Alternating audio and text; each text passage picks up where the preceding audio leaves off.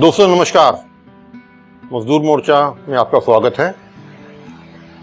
चुनाव प्रक्रिया लगभग संपन्न हो चुकी है। बेशक छोटा सा आखिरी मरहला 1 तारीख के लिए बचा है, लेकिन हरियाणा और दिल्ली, पंजाब, हिमाचल इनका तो हो चुका है। हम तकरीबन जितना भी हो चुका है उसको लेके कुछ बातचीत करने की कोशिश करेंगे।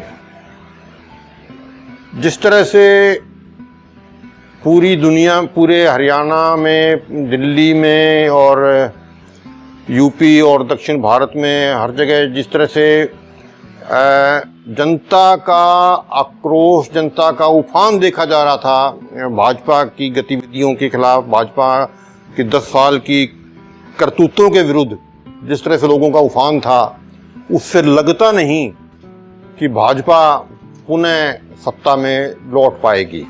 हालांकि हमारा विश्वास है कि यूपी में शायद 40 तक भाजपा सिमट जाए, लेकिन बहुत लोगों का कहना है कि 40 भी आनी बड़ी मुश्किल है।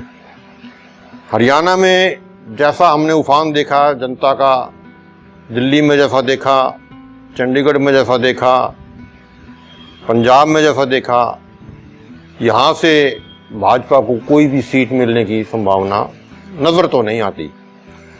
लेकिन एक संभावना से इनकार नहीं किया जा सकता कि जिस तरह से, जितनी वफादारी से चुनाव आयोग मोदी की नौकरी कर रहा है, मोदी के प्रति अपनी वफादारी दिखा रहा है और मोदी के लिए कुछ भी कर गुजरने को तैयार है, वो कुछ आशंकाएं, कुछ संदेह पैदा अवश्य करती हैं। अब देखिए, पहले दूसरे चरण के जो मतदान हुआ उसका मतगणना बताने में ही कितने लोगों ने मतदान किया, टोटल कितने मत थे, कितने आए, कितने नहीं आए, कितना प्रतिशत है, उसका ब्यौरा देने में ही तकलीफ हो रही है। पहले भी दिक्कत नहीं होती थी भाई, कितने मतपत्र, जब पहले बैलेट से मोहर लगती थी तो हर प्रिजाइडिंग अफसर जो था वो बताता था भी मेरे यहाँ 1000 मतदान की लिस्ट थी मतदाताओं की और उसमें से 900 डले हैं या 600 डले हैं या 800 डले हैं। शाम को जब बंद करते थे पोलिंग को तो आंकड़ा आ जाता था और वो आंकड़ा जो मुख्यालय था, रिटर्निंग अफसर था, जो जिले का हेड होता है या कॉन्स्टिट्यूंसी का होता है, वहाँ पहुँच जाता था और तुरंत रात भर में ही वो आंकड़े हर जगह पहुँच जाते थे। अब ईवीएम मशीन में तो कोई दिक्कत ही नहीं है, गिनती भी नहीं करनी, वो तो एक बटन दबाओ, हाँ भाई कितनी वोट डली, इतनी वोट डली। मतदान केंद्र पे कितने मतदाता थे, रजिस्टर इतने थे। अगर 1000 थे और 800 डल गए हैं तो 80% हो गया, इसमें क्या दिक्कत है। और प्रतिशत भी बताइए ना बताएं, लेकिन आप बता दें 1000 मतदाता थे एक बूथ पर और टोटल इतने डल गए। इसी तरह सभी बूथों के मिला के टोटल इतने मतदाता थे और इतने डल गए, ये इतना प्रतिशत आ गया। इसमें कौन सी रॉकेट साइंस है। लेकिन नहीं, अब बेईमानी करने का यही एक तरीका है। आप एक तो आंकड़े घोषित नहीं करेंगे और उसके बाद फिर 2 दिन बाद, फिर 4 दिन बाद और 11 दिन बाद तक आप बता रहे हो कि इतना मतदान हुआ, इतने आंकड़े लगे। अब जो एक C-17 फॉर्म जो है उसको लेके तमाशा कर रहे हैं, कहते हैं इसमें तो कोई कानून ही नहीं है, हम क्यों अपनी वेबसाइट पे लोड करें। इससे पहले तो कोई दिक्कत नहीं आ रही थी, अब क्या दिक्कत आ रही है। मतलब बेईमानी करने का कोई जरिया छोड़ना नहीं चाहते और इससे ही लगता है कि ये कुछ भी करने की कोशिश कर सकते हैं। इसके अलावा पूरी चुनाव प्रक्रिया तो ध्यान से देखिए कि 7 चरण रखे गए हैं। बंगाल में तो ज़्यादा ही गजब हो गया, कभी 4 सीटों पे हो रहा है, कभी 2 सीटों पे हो रहा है, कभी 6 सीटों पे हो रहा है। क्या तमाशा है ये। चुनाव तो पहले भी होते रहे हैं, इतना भोंडे तरीके से तो कभी चुनाव नहीं हुए। एक ही स्टेट के अंदर, एक ही राज्य के अंदर आप 6 बार चरणों में कर रहे हैं। ये मतलब एक उनकी अपनी रणनीति हो सकती है, किस तरह से हम लोगों को बेवकूफ़ बनाएं, किस तरह से करें। इसके अलावा बड़े पैमाने पर ये देखने में आया कि लोगों की वोट ही काट दिए। जहाँ विरोधी वोट दिख रहे थे, ख़ासतौर पे माइनॉरिटीज़ के अंदर, ख़ासतौर पे दलितों के अंदर, जो इनके काबू नहीं आए सत्तारूढ़ दल के, उनके वोट काट दो या उनको अगर वोट नहीं कटे तो डालने मत दो। उनकी लाइनों में जाके पहले आप उनकी चेकिंग करनी शुरू कर दो मतदान धीमा कर दो। बंबई में यही हुआ, यूपी में खूब ऐसा ही करने का प्रयास किया।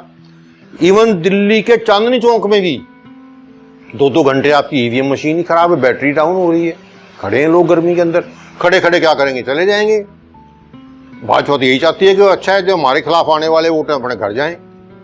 तो ये परिस्थितियां क्या बता रही हैं, ये सब कुछ उल्टा पुल्टा करने को तैयार हैं। पूरे चुनाव के दौरान चुनाव आयोग की जो ड्यूटियां थी उसने कतई नहीं निभाई। मोदी और उनके पार्टी के जो भी उल्टा पुल्टा भौंके जा रहे थे, जो बकवास किए जा रहे थे, जो अनाप शनाप कर रहे थे, कोई एक्शन लेने को तैयार नहीं। कंप्लेंट करते जाओ, कंप्लेंट का कोई संज्ञान चुनाव आयोग नहीं ले रहा था। और कितना ओछापन दिखाया और अपनी कितनी भद्दी पिटवाई। महाराष्ट्र वालों ने एक गीत बनाया जिसमें कहते हैं कि भाई ये भवानी शब्द निकाल दो।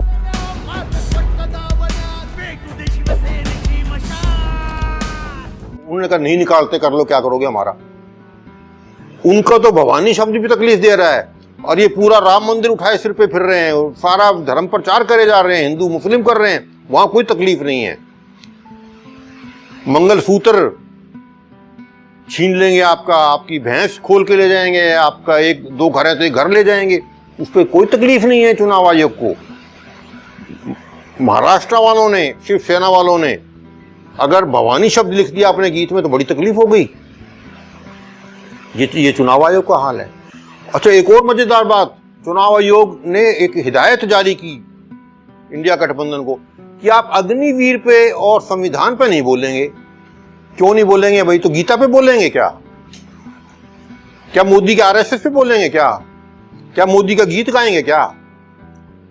चाहिए तो मोदी को बोलना कि मैंने अग्निवीर पैदा किए हैं और अग्निवीर बहुत बढ़िया स्कीम है, अग्निपथ पे चलेंगे और देश का ये होगा। मोदी को गान करना चाहिए ना, वो तो बोल नहीं रहा। अब विपक्षी दल इंडिया गठबंधन अगर उसकी तारीफ कर रहा है या उसके बारे में बता रहा है कि ये बेकार की योजना है और हम इसको रद्द कर देंगे, तो चुनाव आयोग को तकलीफ हो गई। संविधान बदलने की बात शुरू से आरएसएस कहता आ रहा है कि ये हिंदू विरोधी संविधान है, हम इसको नहीं रखेंगे, हम इसको बदलेंगे। और 400 पार का नारा भी इसलिए दिया गया था कि हमारा इतना बहुमत हो जाए तो हम इसको बदल देंगे। अब चुनाव आयोग कहता है नहीं नहीं नहीं, संविधान का जिक्र नहीं करोगे आप। क्यों नहीं करोगे भाई? खूब करेंगे, और वो लोगों ने करना छोड़ा भी नहीं, कर रहे हैं।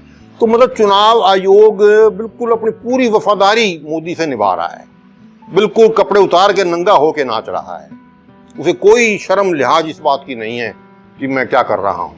पहले चुनाव आयोग अक्सर हर फेज के बाद यदा कदा जरूरत के वक्त प्रेस कॉन्फ्रेंस क्या करते हैं, सवालों के जवाब दिया करते हैं। अब जरूरत ही नहीं, क्योंकि मोदी ने कभी प्रेस कॉन्फ्रेंस नहीं की तो चुनाव आयोग ने तो क्या करनी है, क्योंकि वहां तो पत्रकार जब सवाल पूछेंगे तो आपको सच बोलना पड़ सकता है, इसलिए उसकी जरूरत ही नहीं है। दरअसल मोदी की प्रॉब्लम क्या है, मोदी जी कर रहे हैं शेर की सवारी, और शेर की सवारी जो है बड़ी खतरनाक होती है। जब तक आदमी शेर पे सवार है तो बल्ले बल्ले है, और जिस दिन शेर से नीचे उतरे तो शेर खा जाएगा। अब मोदी को बड़ा भारी खतरा ये है कि जिस दिन ये सत्ता तेरे हाथ से गई तो तेरे साथ क्या होगा। ज्यादा कुछ करने की जरूरत नहीं है। आपने जो झूठे एफिडेविट दिए रखे हैं अपनी योग्यता, मैं एमए पॉलिटिकल साइंस हूँ, एंटायर पॉलिटिकल साइंस, कहेंगे ले अभी अपनी सर्टिफिकेट लिया कहाँ है, तो है ही कुछ नहीं, सारा नकली सौदा है। उसी के अंदर उसी में कार्रवाई करेंगे तो आप अंदर चलिए, बाकी तरह आप ईडी पीडी वाली जो मुकदमे है वो तो बाद में देख लेंगे। इन्होंने जो काले कारनामे कर रखे हैं, रास्ता इन्होंने बता रखा है कि ईडी कैसे काम करती है और सीबीआई कैसे काम करती है और अदालतें किस तरह से काम करती हैं, वो तरीका इन्होंने समझा दिया है। तो इसी से ये ज्यादा डर रहे हैं और इसीलिए हर उल्टा पुल्टा काम करने की पूरी कोशिश करेंगे। और थोड़ा बहुत इशारा ये समझ इन्होंने अपने जो इनका खास प्रिय मित्र डोनाल्ड ट्रंप था उसने भी ड्रामा किया था। चुनाव हार चुकने के बावजूद उसने गुंडागर्दी करने की कोशिश की, कैपिटल हिल के अंदर जाके खड़ा हो गया और वो जो तहस नहस मचाया। तो हमें भी पूरा अंदाजा है कि ये भी कार्रवाई तो जरूर करेंगे, अपने वाली तो करेंगे।